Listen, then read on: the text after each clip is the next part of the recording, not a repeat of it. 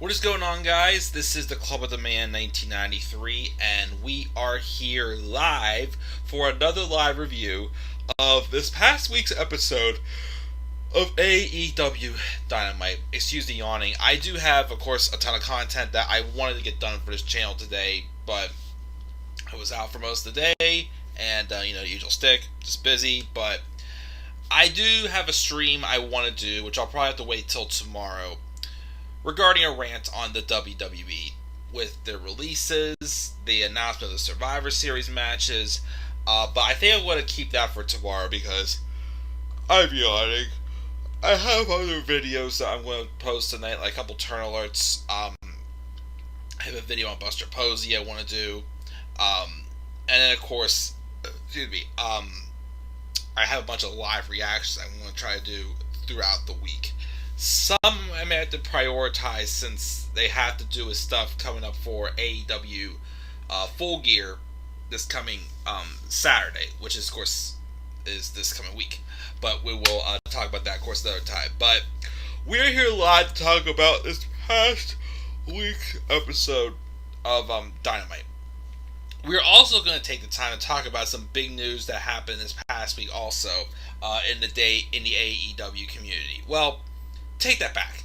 In the wrestling business in general. Because as I always say, one thing I always like to praise the AEW for, many things I praise the AEW for. They're not perfect, no, but I really think they know how to be professional, they know how to handle situations, and how the news got broke about a certain wrestler taking some time off and helping himself, making this decision all on his own, as far as I know, it just really shows how much different and how much more satisfying it feels to know there's a wrestling company out there that actually gives a shit about their employees, about their fans, about what they're producing.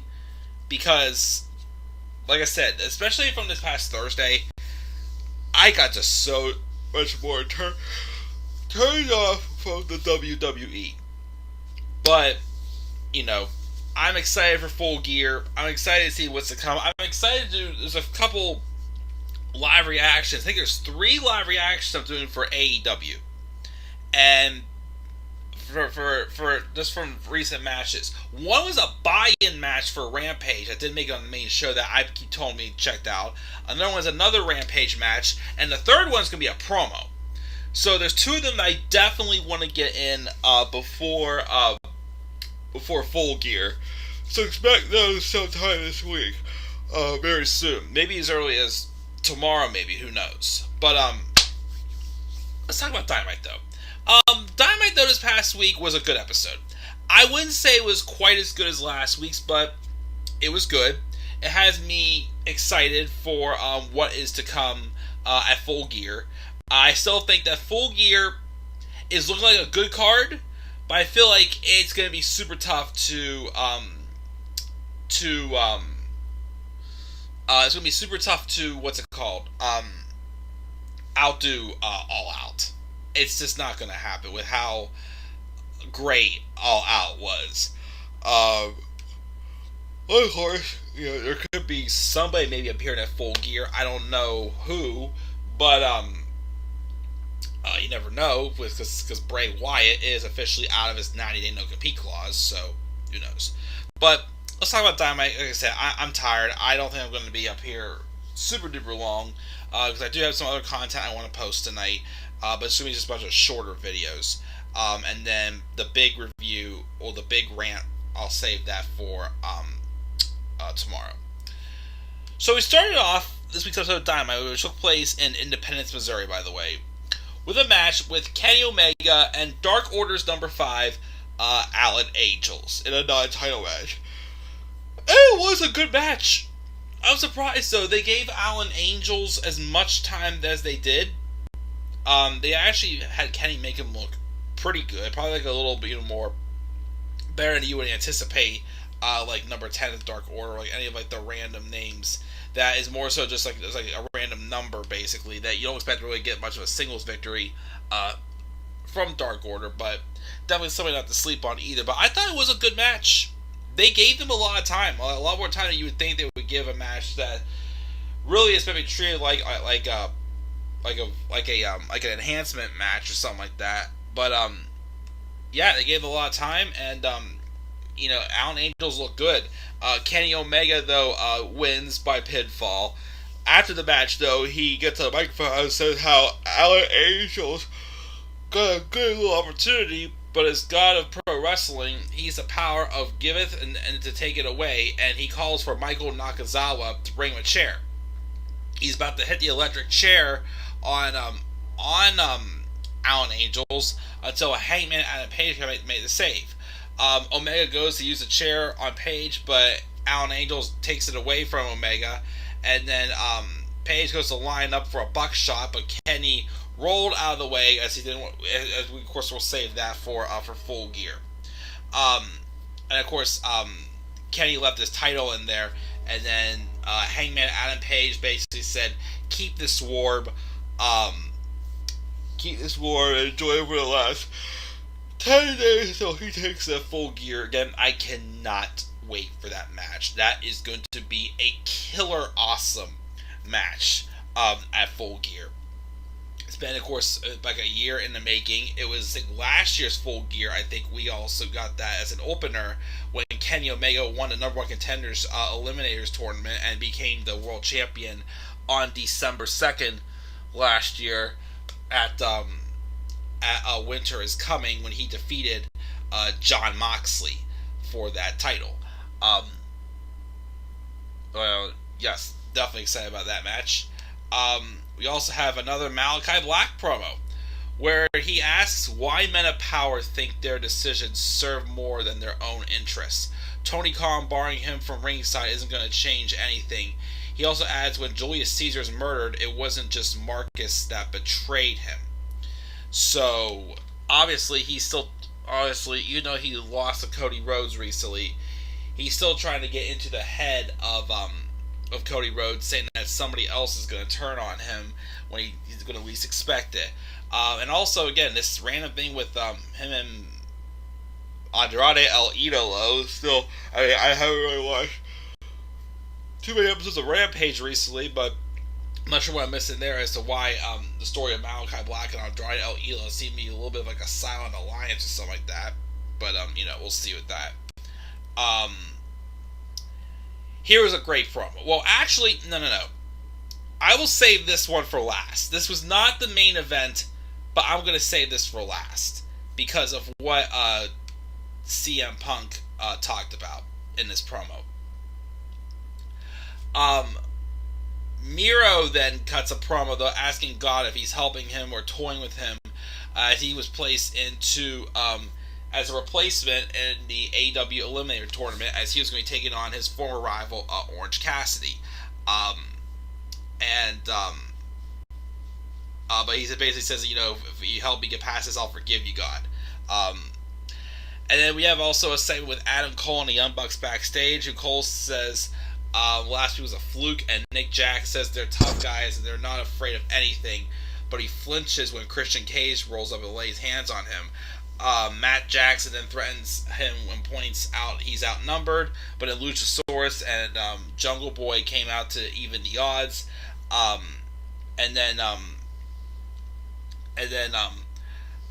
He chokes Nick into Luchasaurus then would get involved. There'd be a big brawl. There was a spot where Luchasaurus choke slammed Nick onto Matt Jackson, and then Jungle Boy put the snare trap on Adam Cole.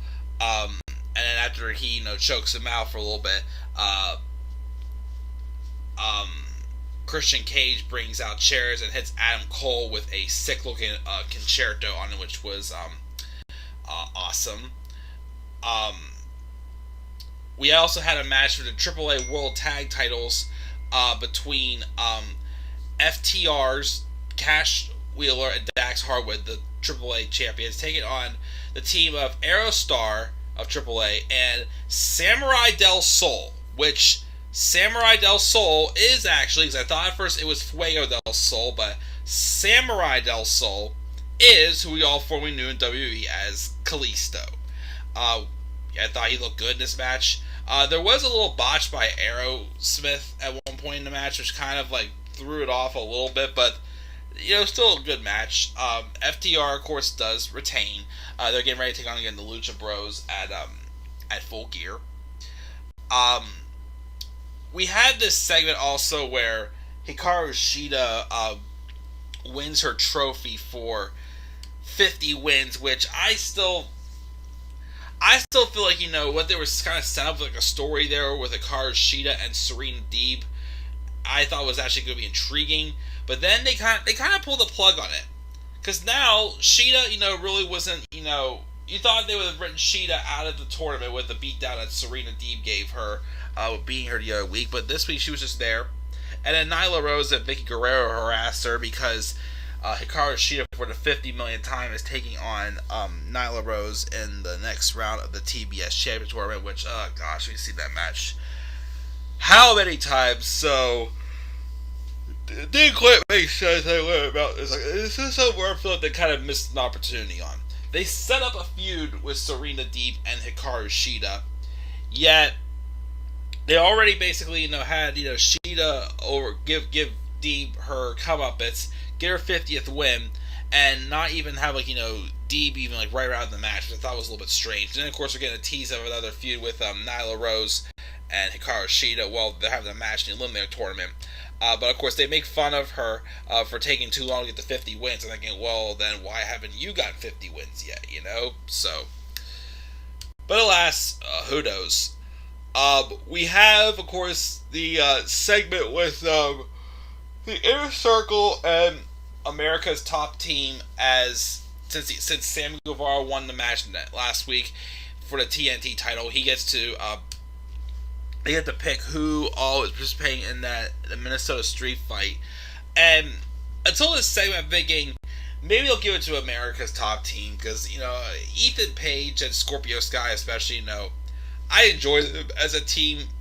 They just need to get some type of a big win, though. I feel bad that they keep getting these losses and these opportunities they get, and they're not really getting any wins out of it. So I feel like this would be a good time for them to win. But of course, that's not going to happen now because, they picked Andre Alvosky Jr. Dos Santos to join Ethan Page and Scorpio Sky, and then the fifth member, even though Paige Van Zant said, I will gladly step in this match, Chris Jericho decided instead the fifth member is going to be Dan Lambert. So you already know Dan Lambert's eating the pin in this match. He's going to be the one, getting the piss beat out of him and everything. So when I did that, I'm like, okay, whatever. Like I said, I don't know. I would have. I felt like they were going to do that, but like I said, at this point, I would have rather have had this be separate away for Ethan Page and Scorpio Sky to get a well-deserved win. We also. We also have a segment with Leo Rush, Dante Martin, Matt Sydal, and Lee Moretti set up a tag match between them. Jamie Hayter then beat Anna Jay pretty quickly in the TBS Championship Tournament. Afterwards, Anna was attacked by Dr. Britt Baker and crew until Ty Conchi came out to make the save, but still, who's going to be, of course, challenging Britt Baker, but still, 3-on-2. Thunder Rosa came out and she evened the odds up. So who knows where it's going to go there? But that was that. Jade Cargill gets hyped up for her appearance in the TBS Championship. She gets a bye in the first round. We also have a segment with MJF coming out, and he just talks more trash on Darby Allin. He says that they both know that without them, the company is not going to be succeeding. They know who they are, and they become pillars and how they're legendary. But why do we boo MJF but we cheer Darby Allin? He's not deaf. He hears the crowd chanting for Darby every week. He's a symbol of everything that people want to be but can't. Allin is everything they are. An outcast who can barely string 4 words together. He thinks he throws himself around with such abandon because deep down he knows he's not good enough to be a functioning member of society. He's just like them. He'll never fit in, he'll never win. And if he steps into the ring and becomes a glorified stuntman at Full Gear, he'll lose because he's too weak and he's too concerned with battering him and not enough with winning. And if he does change his ways, MJF is still a better wrestler than him, and nobody can beat him in the middle of the ring. He's so much better than Darby, and that he can beat him with a headlock takeover. Darby, then, who's in the crowd, says he admits that MJF was right, calling him an outcast, but before he's going to keep his cool and have a wrestling match. But tonight, he'll take out all of his anger on MJF. So he charges to go down to the ring, but MJF walks away until Sting and a legion of a bunch of random people in Darby Allin masks basically block him off from doing so. Wardlow and Shawn Spears got involved trying to help out, but instead it led to a nice massive brawl between Darby Allin and MJF that went into the crowd. Darby hit like a sickle-looking like cactus clothesline over the barrier, and then gets back in the ring. Darby goes up on top, but then MJF wakes up and rolls away. So a nice little beat down there for sure. Cody Rhodes took on Andrade El Idolo in a nice match, except for the fact that FTR got involved, which wasn't Andrade getting upset with people like like Chavo Guerrero and whatnot for helping him, but yeah, he's okay with FTR though, but that was strange. But Andrade gets a nice victory over Cody in a good match. We also got a brawl afterwards with FTR and the Lucha Bros. John Silver is hyping up a match he's having against Adam Cole on Friday at Rampage, and then Miro pretty much squashed Orange Cassidy as he was a replacement in the number one contenders eliminator tournament. So now it's going to be Miro and Bryan Danielson at Full Gear, and the winner will become the new number one contender for the AEW World Championship for sure. Let me see here. And before we go, though, let's first check the live chat. We got Tia Couponer. Hope you're doing well. Looking forward to Full Gear next weekend. Me too. FTR has nothing to lose at the pay-per-view for sure. Here's a swerve for the street fight with what if Lambert pinned Jericho? Honestly, I am kind of hoping something like that happens. Because I feel like Lambert's going to get in there just to get the crap beat out of him, and then they're going to pin him and move on. But like I said, I'm at a point where I kind of want to see Scorpio Sky and Ethan Page get some sort of a win on pay-per-view, as I'm definitely huge fans of those. Like I said, they keep losing their opportunities. I mean, it would be slick for, Scorpio to pin Jericho, as he's had a history of pinning Jericho in tag matches. So I kind of hope that happens. But good point there. But before we go, let's talk about, the biggest story from this past week. So we'll tie it together with the one segment we had from this past week's show. CM Punk came out on Dynamite, who's on a microphone. Fans are chanting, of course, for Punk as they keep doing so. But Punk says, "Can I be serious here? I don't want to hear my name right now." He's not in the best mood. He says there's two people that aren't here today. One of them has a very legitimate reason for not being here, and that's the name he wants to hear, which is Jon Moxley. For those of you who didn't hear, this past week, Jon Moxley checked himself into rehab for alcoholism. CM Punk says he'll spend all this time listening to the crowd chant for Mox because it's important to him, and they have some kind of history that they're not the best of friends. But when he had the situation explained to him, and he knows what it's like to go through and go and show up sick to work and get injuries compounded, and he doesn't want anyone to criticize Jon Moxley because he is goddamn proud of Jon Moxley. And sure enough, I can't agree anymore. Again, Jon Moxley, listening to his stuff on Talk Is Jericho, his interviews, everything he has done in the past almost 3 years, 2.5 years since he left the WWE, which I can't believe it's been that long. He really has shown, he doesn't